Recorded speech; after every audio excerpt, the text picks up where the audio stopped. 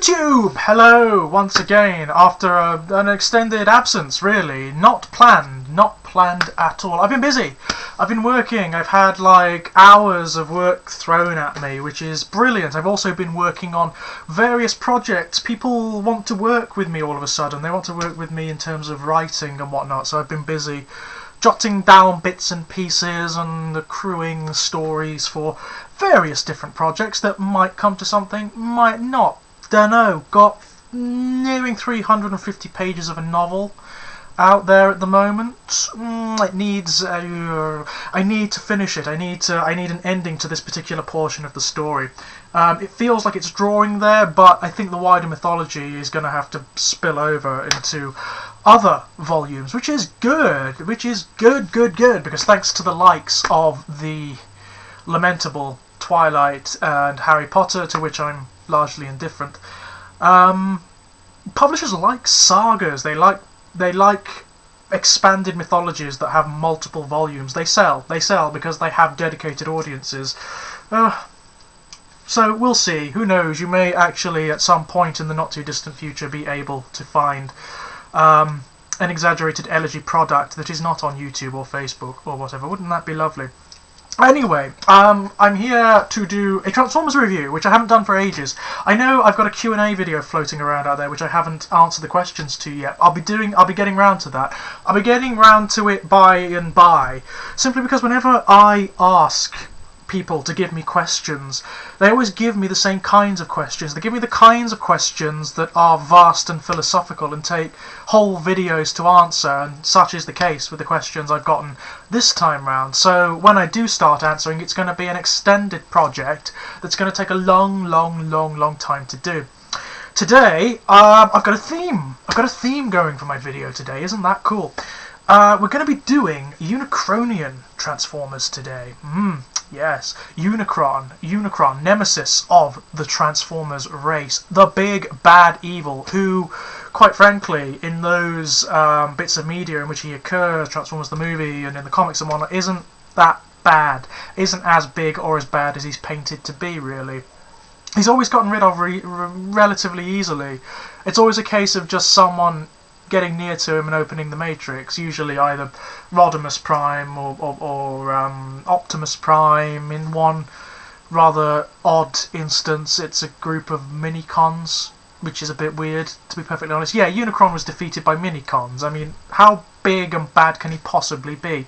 Anyway, there's a sort of tradition in Transformers mythologies whereby Unicron will pluck Transformers from their relative time zones or their dimensions, their realities, and reformat them into his heralds, who are huge, uber powerful Transformers who go ahead of him and pave the way. Their business is to destroy the Matrix, and usually the Optimus Prime and the Megatron of whatever era that Unicron is trying to devour at the time.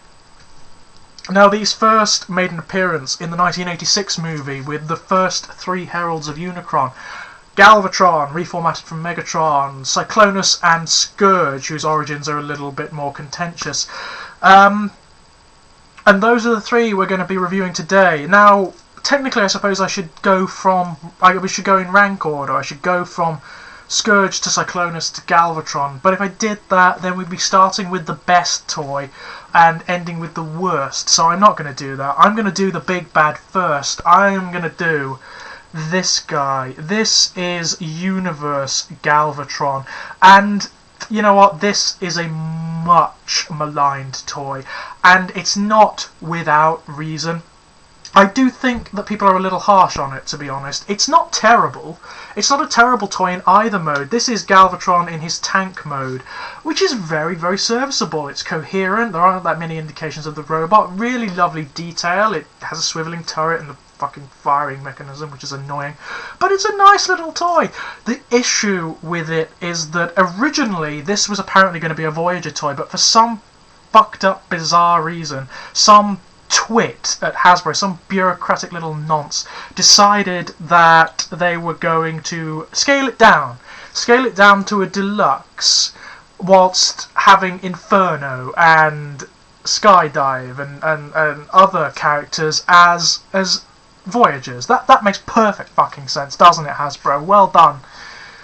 The result being a transformer that's massively overcomplicated for what it is a pain in the arse to transform, and it's just painful. It's painful to play with. It's not terrible.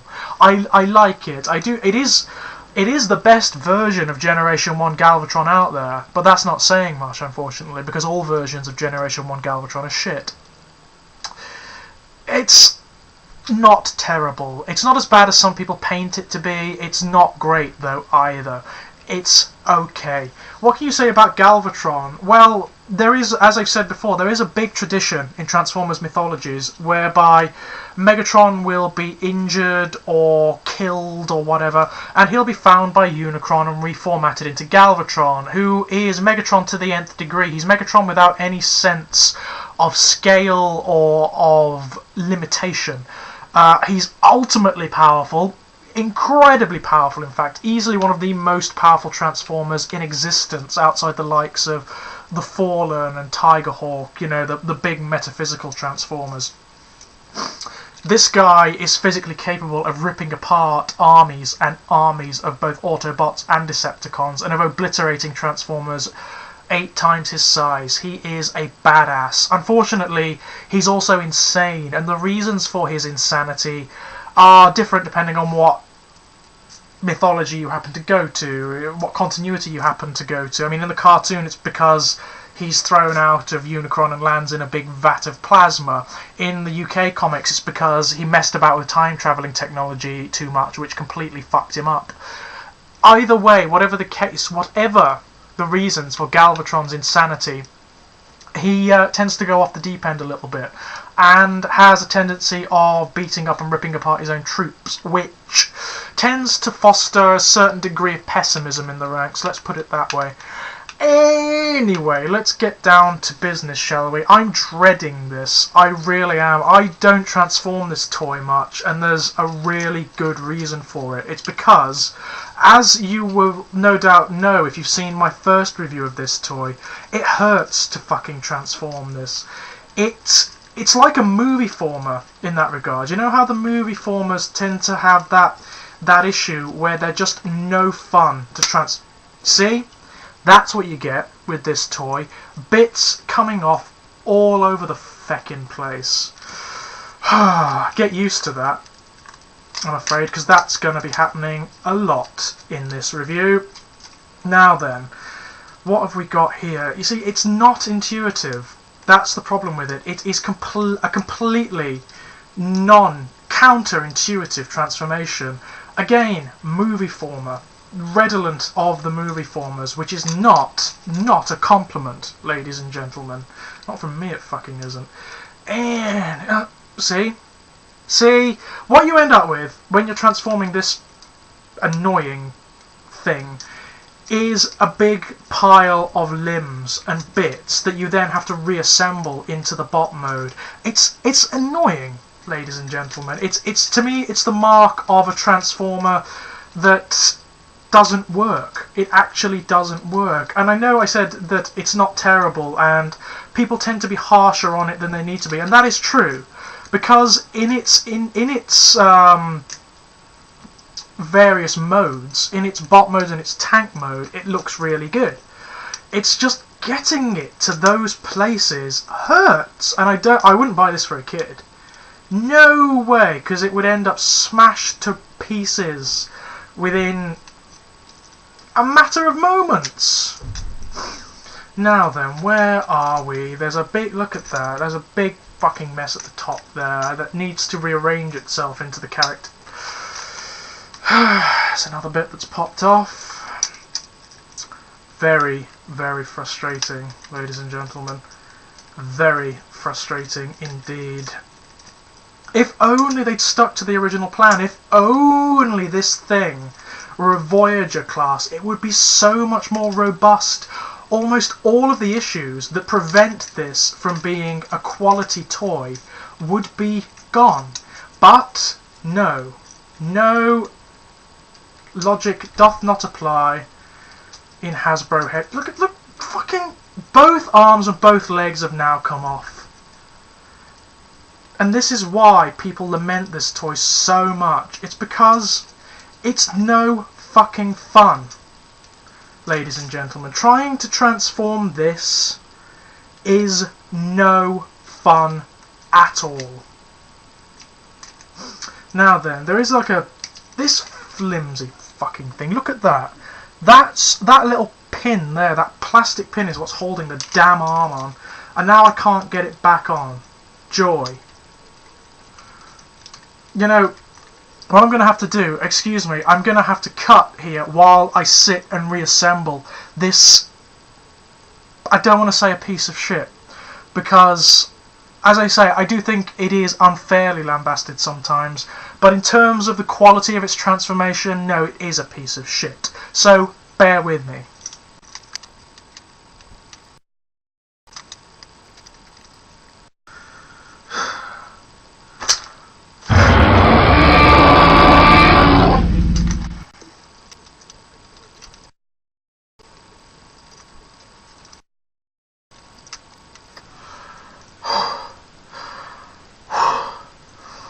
Oh, God. That hurt. That was actually painful. My hair, I don't know whether you've noticed, but my hair is actually marginally greyer than it was than when I started this review. And it's actually aged me. I'm starting to reminisce about how things were so much better when I was a younger man, and how politicians were so much more honest and children so much more polite, and so on and so forth. That's the effect that transforming this fucker has on your state of mind, I can tell you. The transformation is awful, ladies and gentlemen. Awful. God awful. So bad. But, as I'm sure you'll agree, the results are stupendous. He looks beautiful. He really looks good. It's the epitome of Galvatron. It's taken so much from how Generation 1 Galvatron is supposed to look. The beautiful sort of Imperial crown, the big plasma cannon on his arm, the purple, the Imperial purple, this sort of reactor thing in his chest. Gorgeous. In actuality, this form of Galvatron is the business. It looks a lot better than Generation 1 Galvatron. I love the way that part of the tank comes down at the back and becomes this tabard thing. That's wonderful. But you know what?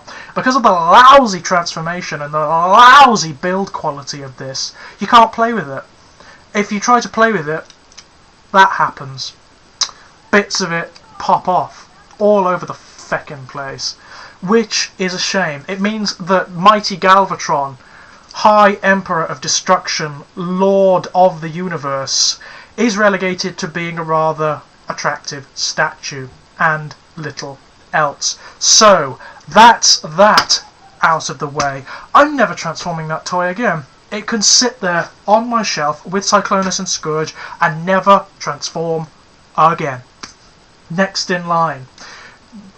Anyone who's been with my channel for any length of time will recognise this piece straight away, because the original version of this toy was the very first Transformers review I ever did, and I've reviewed it twice, so this will be the third time, but I've never reviewed this version of it. This is Universe Cyclonus.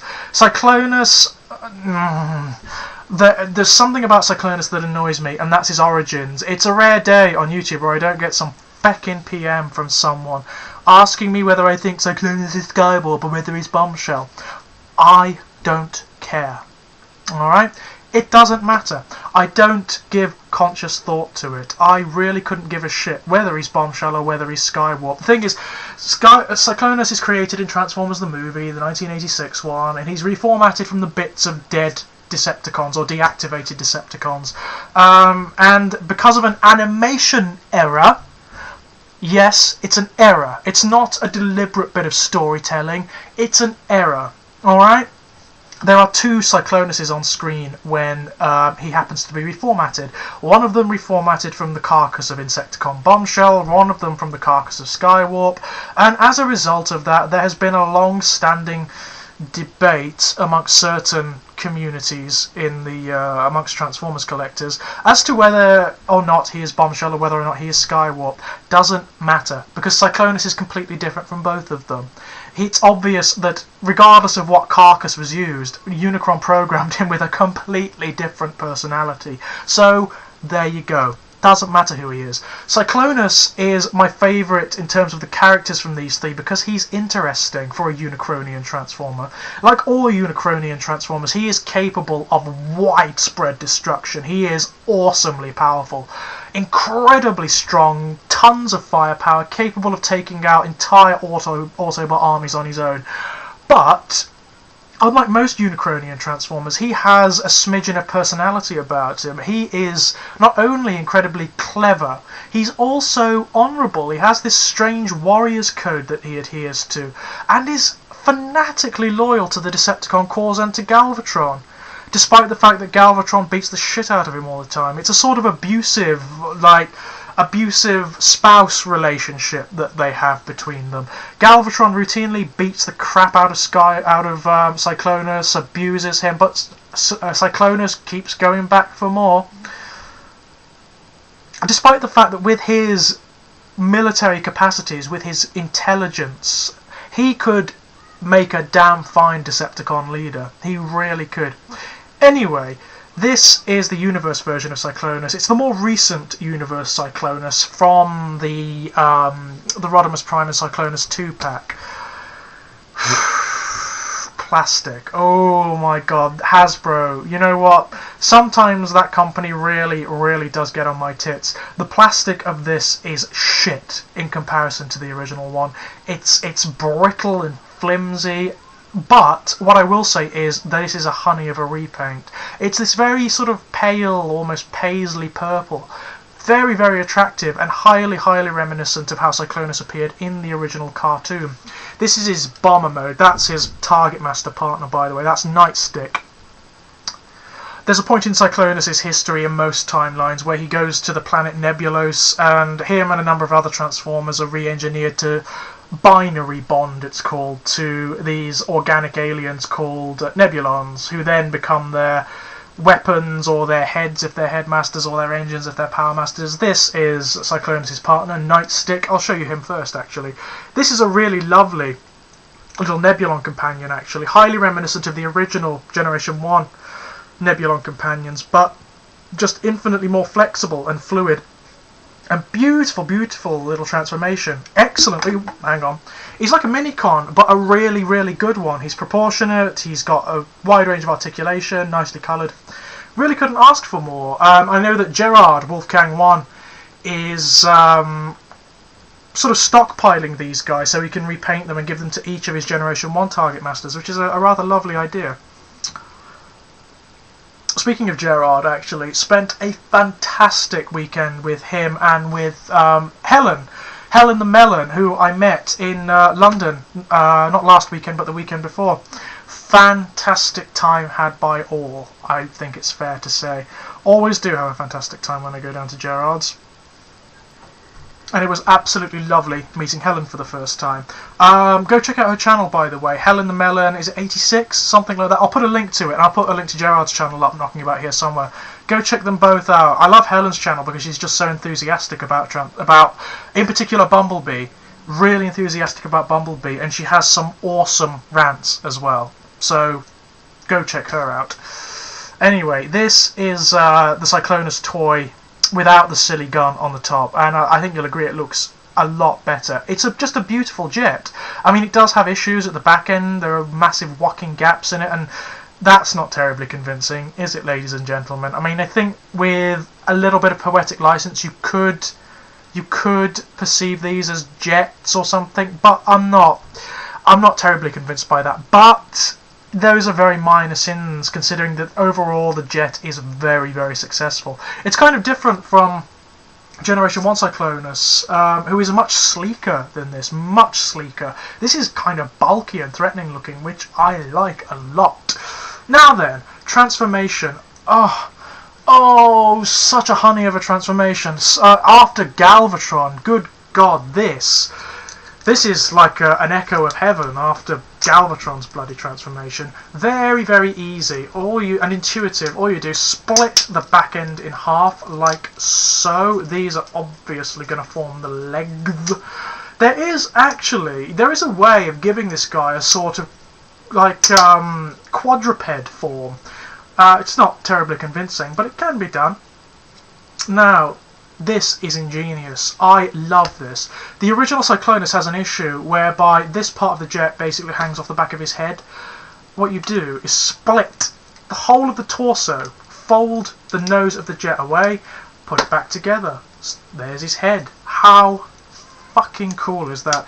That's the kind of thing that defines the Universe Generations line for me. Those really clever, witty little transformations. I love that. Now then, his arms will just... I can feel the flimsy plastic on this guy. I don't want to transform him too much, to be perfectly honest, because he will... I can see it.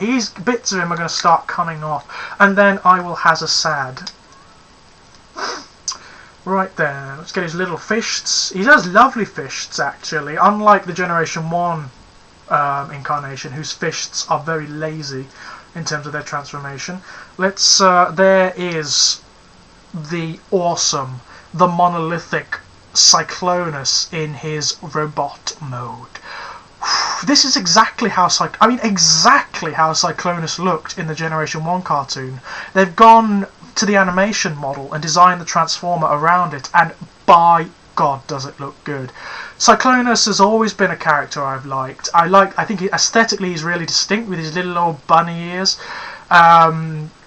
He's a cool character. He's just the business. Let's get his target master partner, Nightstick, who in character terms is the opposite of him. He's a dishonourable thief. He's a pest, basically, and Cyclonus doesn't like him very much. But if he wants to have a weapon, he's stuck with him. Let's stick that in his fist. That is just fantastic. He looks wonderful. I mean, the aesthetics of Transformers are something that I just adore, and this guy looks wonderful. This toy is the epitome of Cyclonus for me. It's exactly what Cyclonus should be, and I really can't say enough that's good about it.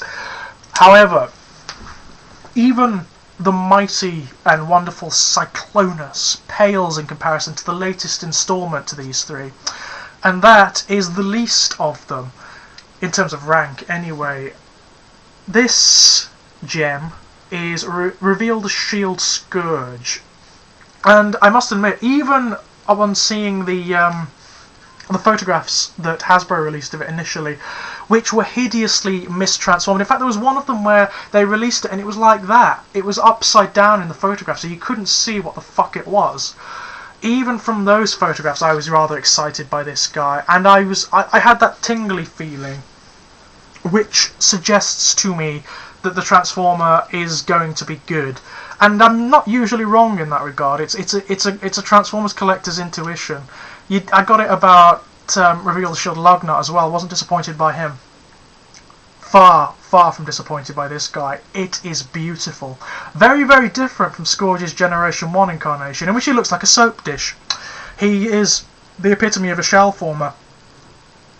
Two halves of wings, fold them up around the robot. He's done. This guy is very, very different. They've transformed the whole sort of soap dish aesthetic and turned it into this rather sleek stealth jet, which just suits his character down to the ground. Unlike Cyclonus, Scourge is a proper Herald of Unicron. He hates everything, and there's no ambiguity with this guy either. He is definitely reformatted from Thundercracker, which is really rather nice, given that Thundercracker is the most technically humane of the Decepticons. He's intelligent and clever. I like the fact that this ostensibly rather compassionate Decepticon is transformed by the Unicronian influence into this, a monster. Scourge is a fallen angel. He's an elemental force of destruction. He hates everything. Not unintelligent, not berserk like many Decepticons. He's very, very intelligent, very composed, and he channels his fury and his hatred into apocalyptic displays of destruction. Like Cyclonus, fueled by Unicron, awesomely powerful, very, very difficult for any other Transformers to defeat. Christened Scourge the Hunter by Unicron, and that's exactly what he is. He is an assassin. His tracking array means that he's capable of following his prey from one end of the universe to the other without much difficulty. He also has a cohort, a horde of clones, basically, that have no particular personality of their own, who look exactly like him, called the Sweeps, who are his aerial hunters. And they sort of form the vanguard of Galvatron's Decepticon forces. Lovely, lovely toy. Just look how sleek and flawless that is. Just not a hint of robot there. And it's so flat. You can hardly believe that transforms into an upright robot, but it does. This is a rather cool little gimmick. That's what it actually looks like. But one of his weapons is this cutesy little double-barreled number, which he can either hold in robot mode, because it has a little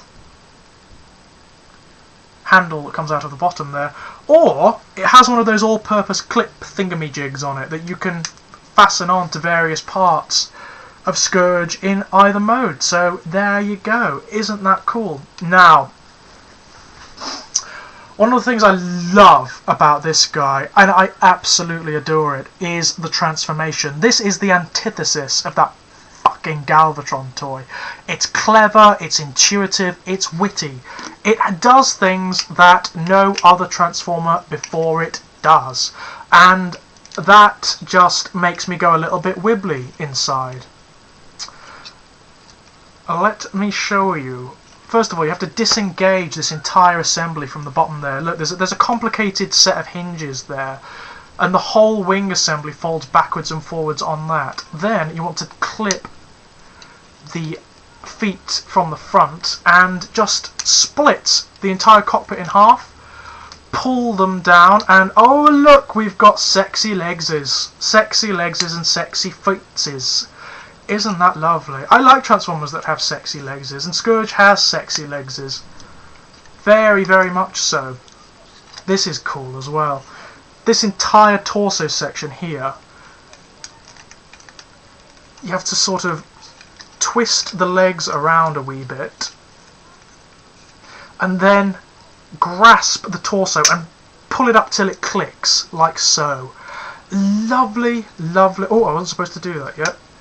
Got to pull the head up first, then you can clip the torso up, or you like. Hang on. That's it. The only sad thing about this is you sort of have to do the money shot before you've transformed the rest of him, which is a bit sad. I like to have the head reveal after the rest has been transformed. But good God, it's a bit of a minor complaint, that one, to be perfectly honest, ladies and gentlemen. Bit of a minor complaint. Then just swivel the sexy legses around, get them into a bit of a sexy pose, because I like my Transformers to have schmexy poses. And the wings fold up onto this assembly, and you can position them in myriad different ways, and I love that. They will affix into his back by this post and port affair here, and there are his wingses, and you can either have them out like that, or you can have the sort of classic Generation 1 Scourge cape thing going on by positioning them like so, and that's what I like to do. Now, let's get the head out there, because the head is just sort of hovering around anyway.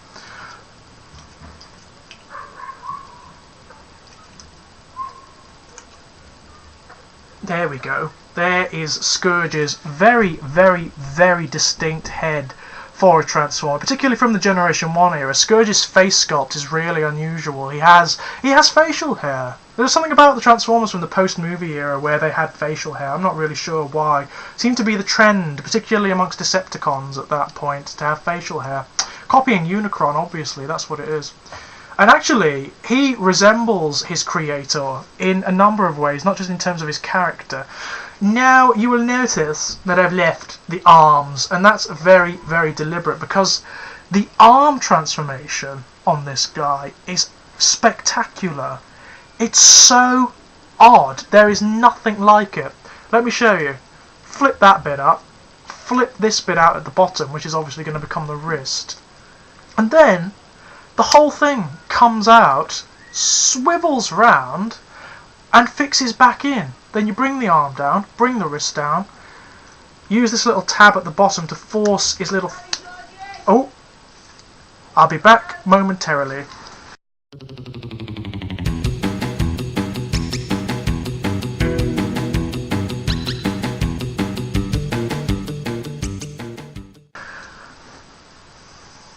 Whoa! Do apologise about that. My grandparents are visiting and they've just left, so I was saying ta-ra to them.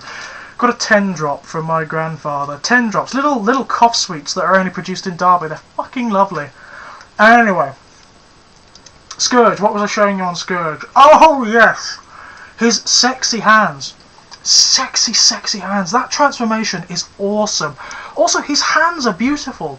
In the cartoon, in the G1 cartoon, it wasn't featured on the original G1 toy, but in the cartoon, Scourge had these wonderful sexy mitts that were like claws whose tips were red for some reason, and that's what they've gone for on this toy. He actually has claws with red fingertips. Absolutely beautiful. Let's do the other one. I'm very wary of doing this because the first version of this I had, that arm joint was misassembled and it broke, and I was very unhappy, ladies and gentlemen, very unhappy indeed, because I was so looking forward to this toy. I was very disappointed. Now,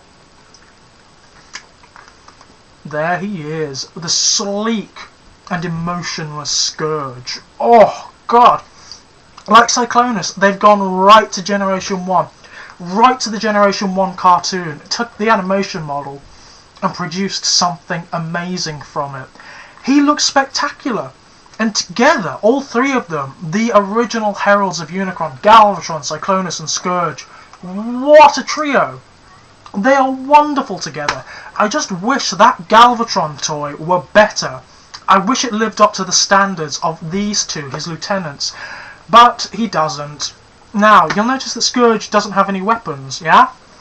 This is another sexy feature of this toy. I know I'm using that word sexy a lot, but it applies, it applies. You can open the wings, like so, and they have these storage areas. You can put the weapons in there. That's where the weapon that's already out would go. If we look in here, oh look! There's a little surprise, like a Kinder Egg, little surprise in there. Let's just pop that out. Very snugly they fit in there too. You can leave those open if you like, and he does look very much like the original Scourge if you do that. Anywho, this is Scourge's primary weapon, little blaster. Flip out the barrel, there you go. You can hold that and this one individually, or you can clip them together, which is what I like to do, and they form this, which is very much reminiscent of Scourge's target master partner Fracas. Lovely, lovely detail. And that fixes very nicely into his sexy fist. Well, it's supposed to fit nicely into his sexy fist. It's a little tight, and yes, I'm realising where this is going. We're dipping into double entendre territory again, aren't we? Sexiness and fists and tightness and whatnot. Oh my goodness, it's a good thing that there's nothing redolent of lubrication going on in this video, isn't there? But I've mentioned it now, so we may as well go down that route. Hey.